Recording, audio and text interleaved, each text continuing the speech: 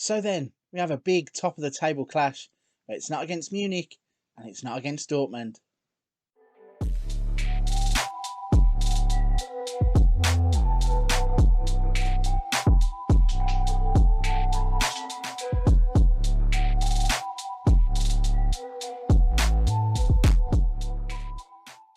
Hello everybody, welcome back to the channel. I am frankly FM84 and in today's episode we have got episode 10 of Die Roten Bullen, where we are currently out in Germany managing Red Bull Leipzig. Before we go on to reveal who is in today's top of the table clash, please don't forget to hit the subscribe button, hit the like button to help the channel out, and any comments you have, leave them in the box down below. So as you saw in the little intro, we are not playing against Munich. We are not playing against Dortmund. Let's see who we are playing in this top of the table clash in the Bundesliga. Okay then, so since you've been away, you can see that we are still sat proudly top of the Bundesliga by 4 points. We have a gap to Bayer Leverkusen, which is who is the feature of today's episode. A little bit shocking really to see that both Bayern and Borussia Dortmund are so far off the pace. We have a 9-point gap to Bayern and an 11-point gap to Borussia Dortmund. So we are doing well to be so far ahead of those. Just clinging on to us is Leverkusen. And if we beat them today, we can establish a 7-point lead at the top of the Bundesliga. So since the last episode, if we have a little look into the schedule, you can see that since we beat Borussia Dortmund 4-2, we beat Wolfsburg 2-1. We had a crazy 3-3 draw with Union Berlin, and then we beat Mainz 5-1 in the last game out. Just have a little look at those games. So Forsberg and Sorloth scored against Wolfsburg. Poulsen got 2, and Danny Olmo scored against Union Berlin. And then against Mainz, we ran riot as Lazaro come back and got a goal. Sorloth scored a hat-trick, and Poulsen got one in the 94th minute. Also, we've done a little bit of business in the transfer window, which is still open. There are a few days left in that to try and get a few more players in.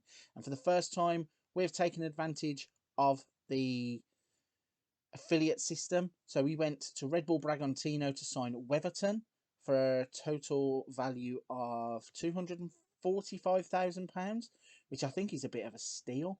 I've used him in a Red Bull Bragantino save previously, and he develops into quite a decent right back. We also brought in Fabricio Bustos, and he's probably ahead of Weverton in terms of his development.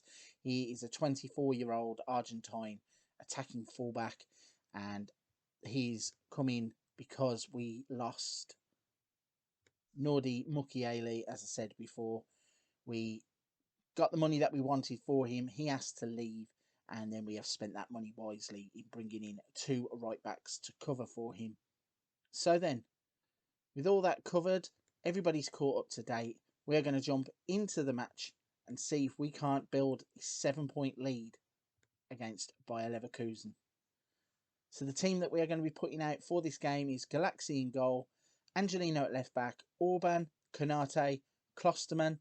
Got Forsberg on the left, Nkunku, Campbell on the right. Olmo is going to play in behind Sorloth and Lazaro. So let's see what we can do against Leverkusen.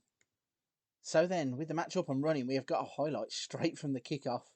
And it seems that Leverkusen are on the attack, but we take the ball off them. Lazaro has played in behind, cuts it back to Olmo, who gets the ball taken off him in the box. The referee is going to have a look at the VAR because they think it could be a penalty. And after 35 seconds in the game, we don't get the penalty decision.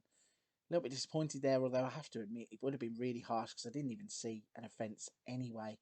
Now got defending to do, as I think that's Vinicius Jr. Maybe they've got him on loan from Real Madrid. He's gone into the box, he's gone over, and we've now got a VAR check against us. And this time the penalty is awarded, so a little bit harsh. I didn't think that there was much contact. He went to ground quite easily. But Aranguiz has scored the penalty to give Leverkusen a 1-0 lead, and as it stands, that gap is being pegged back and not widened.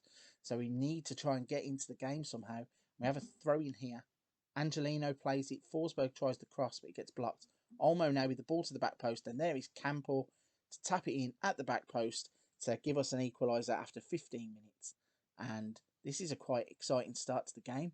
We had a penalty decision turned down, a penalty awarded, a penalty scored, And now an equaliser from a long ball to the back post, and Campbell with the composed finish to make it 1-1. So let's see what happens next. As it stands, its status quo is 45 to 41 in terms of points. If we could nick the ball here, though, somebody needs to put a tackle in, stop them running through. Vinicius Jr. is influencing the game quite a lot. And he's involved again with a pass, and Galaxy gets down well to make the save, keep the score at 1-1. After 17 minutes, it's end-to-end stuff. There's a corner that's swung in then. It's dealt with well, but Lazaro somehow gets the ball there. I don't know what was happening to the defender. It's kind of just stuck in the mud. And as he sets the shot up, gets deflected, and it gets cleared away. But that was some acceleration and some work rate to get to the ball there from Lazaro, because he had no right to be getting to the ball. Sometimes this match engine does make you question those kinds of things. Don't know why that would have been happening and the player was so slow to react to a ball that was right in front of him, but we nearly benefited from it, so it would have been nice if we could have done. So we're in at half time and the score is 1-1. It's been a pretty even game. You can see we've had more shots, more shots, 2 on target. We've had the same amount of shots on target, actually. They've an XG of 1.13, we have an XG of 1, and then they have had more possession, 56 to our 44. So we're not going to make any changes at half time. We're going to send them straight back out and see if we can't play our way into the lead. And then we'll see around the hour mark if anybody is tired and might need coming off. And as we were saying, straight from the kickoff, 50 minutes on the clock, we have a corner that's swung in, and there is Willie Orban at the back post with a big header. Game froze there, a little bit of a glitch. In fact, he's at the near post and heads it in at the far post, so that's impressive. And we are working those set pieces and corner kicks really well. Really impressed with the way that those are building. And then we have another chance here with Angelino's throwing that gets cleared away. And there's a mistake in the box, and the ball goes to Sorloth, who has a shot saved. The defender smashes it off of Lazaro, and it hits the foot of the post and comes out. And Bayer Leverkusen here are on borrowed time, it seems. They've really got out of one there. But they are going to come up the other end, throw in. And then Arlas cuts in from the side. Aaron Greaves has played the ball across, and they've hit the crossbar. So maybe this is not done yet. Forsberg with a corner. That one's cleared this time. And Aaron Greaves with a massive long ball that's going to be picked up by Klosterman. Now he needs to deal with this. Plays it to Galaxy. Plays it to Orban, Kanate and Kunku. Some nice passing going on here. Campbell's now going down the wing. Gets the ball taken off him, but Klosterman picks it up. Cuts it back to Campbell, who cuts it back to Nkunku. And there's Christopher Nkunku to give us a 3-1 lead. And as it stands, that gap is going to be 7 points at the end of this game. Klosterman does well to get the ball there. Cuts it back to Campbell. And Campbell's vision's really good to spot Nkunku on the edge of the box. And his finish matches that vision from Campbell as he smashes it past the goalkeeper to give us that 3-1 lead. I think now we're going to make a few changes because we've got Forsberg, who is tired. Angelino is tired. So we are going to bring... Actually, yeah, we're going to bring Sobolai on for Campbell. Yeah, for Sobolai on for Campbell.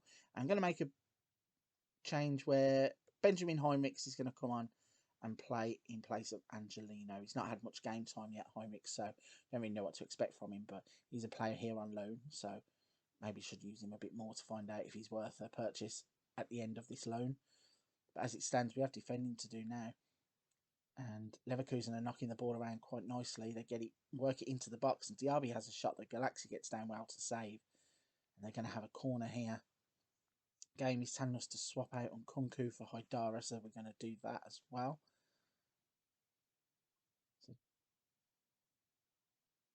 we've got to throw in. It's worked in, and Leverkusen have scored a goal with 85 minutes on the clock. Sorry, I got a little bit distracted there because I was thinking, did those substitutions go through, or was it just something, a bit of a glitch? But no, the substitutions did go through, and we did concede a goal. And all of a sudden now, Leverkusen are on the front foot, and they've equalised with 2 minutes gone in injury time. How you go from the highs to the lows, a little bit crazy. We've got a throw-in of our own, though. This game is not finished. Klosterman's going to try and beat his man. He crosses it in. Nothing really comes of it, and Klosterman gets a second chance. Nothing comes of that either. He picks the ball up and plays it to Kanate. Kanate has tried the long ball. It's now presented to Lazaro in the box, and Lazaro had a chance in the 94th minute to win it for us. from the corner, swings it in, doesn't really come to much. Heinrich tries to run forwards, and all of a sudden, Diaby is in on goal, and he's hit the post. He's hit the post in the 94th minute. It's crazy. We've gone from we could have won this game to we should have lost this game, and they still have a throw in. It's headed clear. Ball is crossed in. It's going to come out to Diaby, wide right. Heinrich steps in, takes the ball off him, tries to lump it forwards. And it's with Arias now. He clicks it out of play. Hopefully the referee's going to blow the whistle. And there is the whistle to make it a 3-3 draw. Status quo in terms of the league. Nobody really progresses. So I suppose it helps the teams below us. But in terms of maintaining a 4-point lead to Leverkusen, we've done a great job. When you look into the match, you can see probably why it finished 3-3. That's our second 3-3 draw in the last 4 games, I think. So we had 12 shots, 7 on target. Leverkusen had 11 with 8 on target. We had an XG of 2.10. They had an XG of 2.04. So both outperformed the XGs. We only had 46% of the possession, which is quite surprising, with Leverkusen having 54. So all in all, probably a fair game. When you look at the stats, the XG, the possession count, everything, I suppose we didn't deserve to win the game and they didn't deserve to lose the game. So 3-3 draw is a fair result. So for this episode, that's going to be a wrap.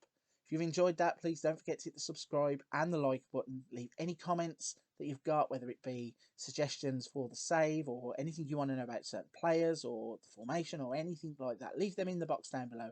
Try and get through as many of those. And until the next one, thank you very much for watching.